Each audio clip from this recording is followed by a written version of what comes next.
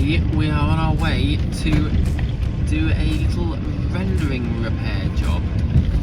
So a customer has had their pillar repaired, rendered should I say, and a couple of patches, but I don't think it was done by professional renderers, and he's not very happy with the finish, and I've seen videos and photos of it and I can understand why. And I will show you them, and we are going to basically make it look like new, like it should look, instead of it sort of looking a bit tatty really.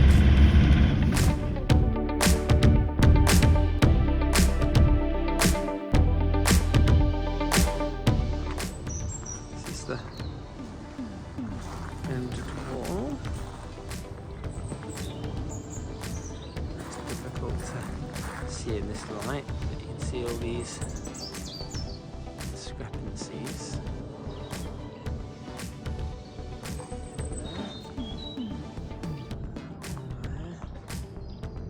Again, you've got all this.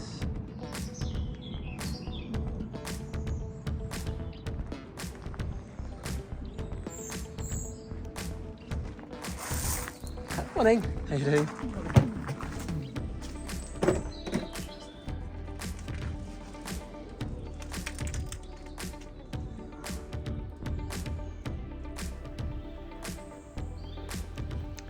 So you can see the render isn't very uniform.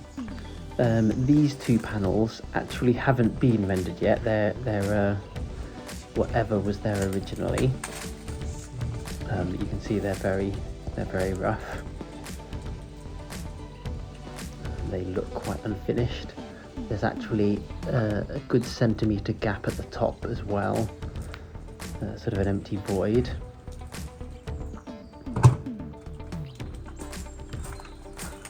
So we will be fixing fresh white PVC beads all around the edges and on the corners, and basically priming it and rendering it. So you see the holes at the top there, and they're going to be all filled. And now we are putting the beads on.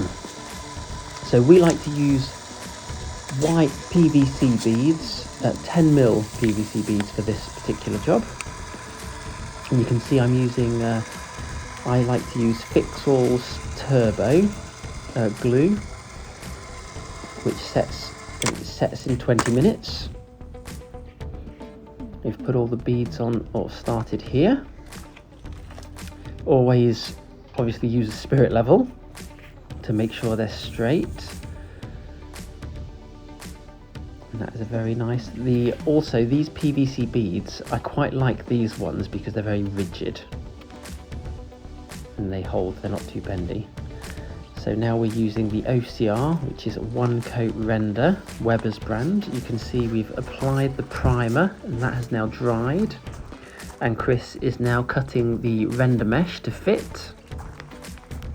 I like to cut all the mesh before we mix up the render. It just keeps things flowing a bit quicker. Okay, first time we're using this bad boy. It's got 3 bags of render in. Look at that beauty. So technically, yeah, you put the water in, put that down, and then you put the powder through the grate. Oh yeah.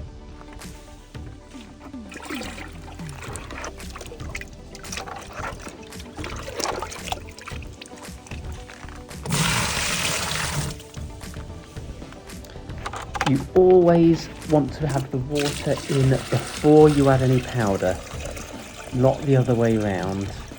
If you were to add the powder and then add water to the powder, you will find it will go very clumpy and just be an absolute nightmare to work with. So always the water goes in first and then the powder goes in second. We are about to use our new mixer for the first time. It's a little exciting for us. Got 3 bags ready to go. See how it does.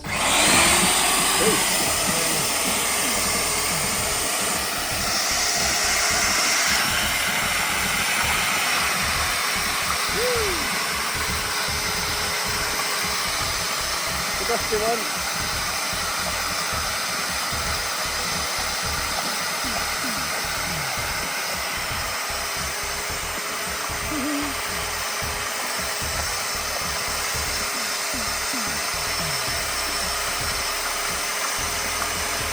I can see why some of them have lids.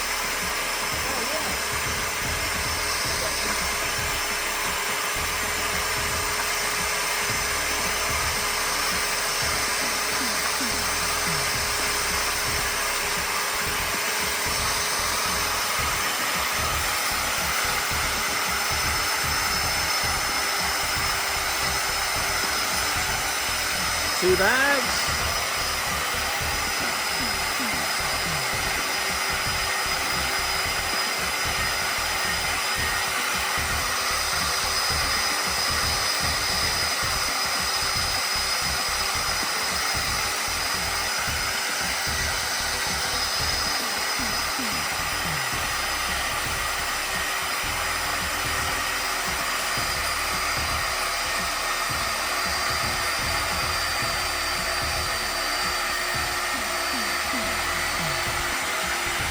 Draining a bit there.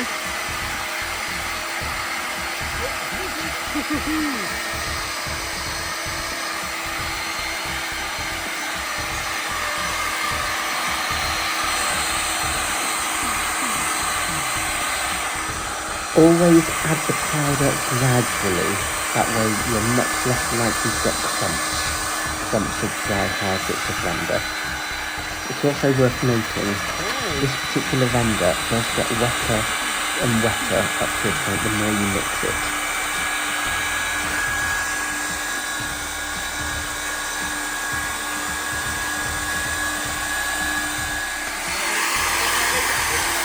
I just wanted to see, I'm just testing it. Look at that, just test. Close it again. Just test. Just test. Redo it. Excellent. Just testing this. Just testing the safety feature. Brilliant. Oh, that's a beast. All right, so we'll pop it up there. We just give the sides a scrape. It's mixing well. It's been mixing for about a minute and a half. Pretty good, isn't it? It's looking... Got the day work bucket trial out.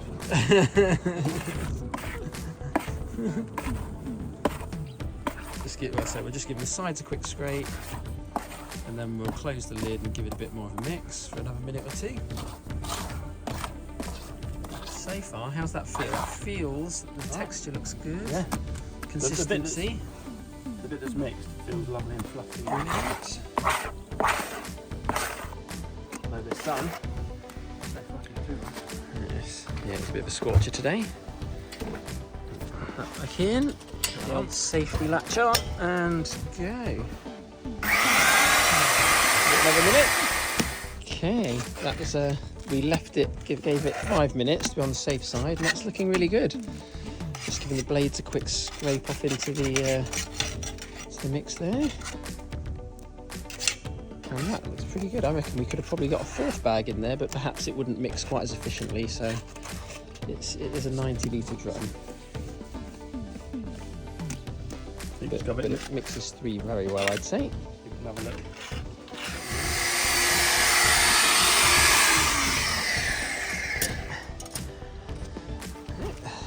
Put it on there.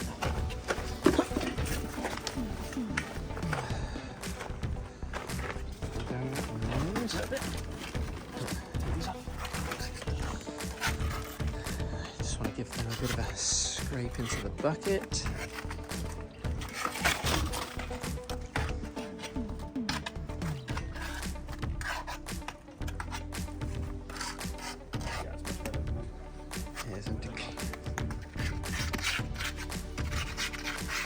And to clean this out, we've got a similar sized bucket. It's actually a little bit smaller, but a similar sized bucket there. We're going to pop some water in, and we will put it underneath this, stop any drips and things.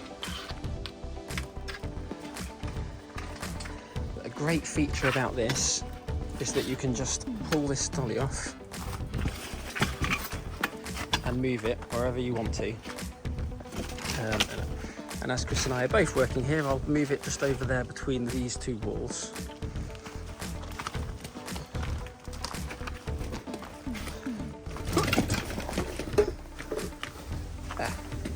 between these two, and we can both crack on. You could equally happily load that onto a spot board or into your render pump. We are now going to crack on. So put a tie coat on there. Now the mesh.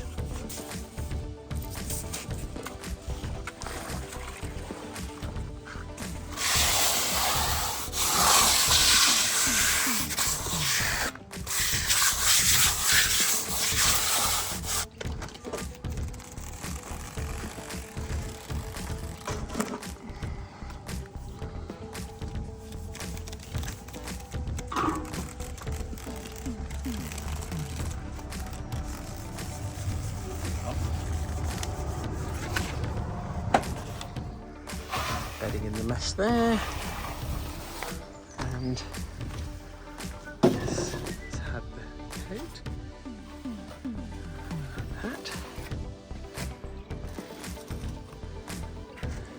Now, a tight coat. So almost got that on. Need a little bit more there. It left hard bits around the edge, so we did have to give it a scrape and a remix. So I'm going to call that a fail for the first one. Perhaps a better scrape around the edges with a bucket trowel should sort that. A deeper, bigger. Or a much deeper scrape around the edges. But, there we are.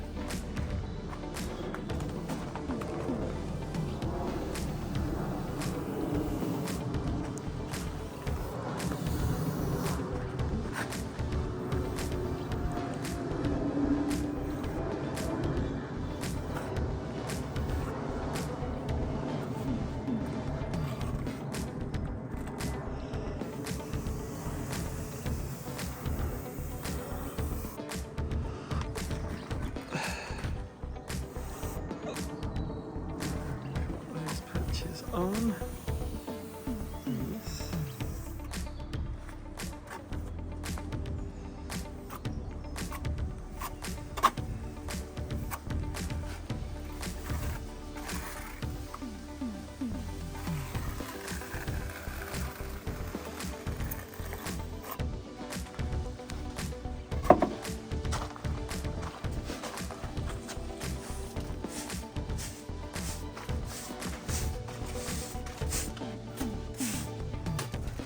In the water.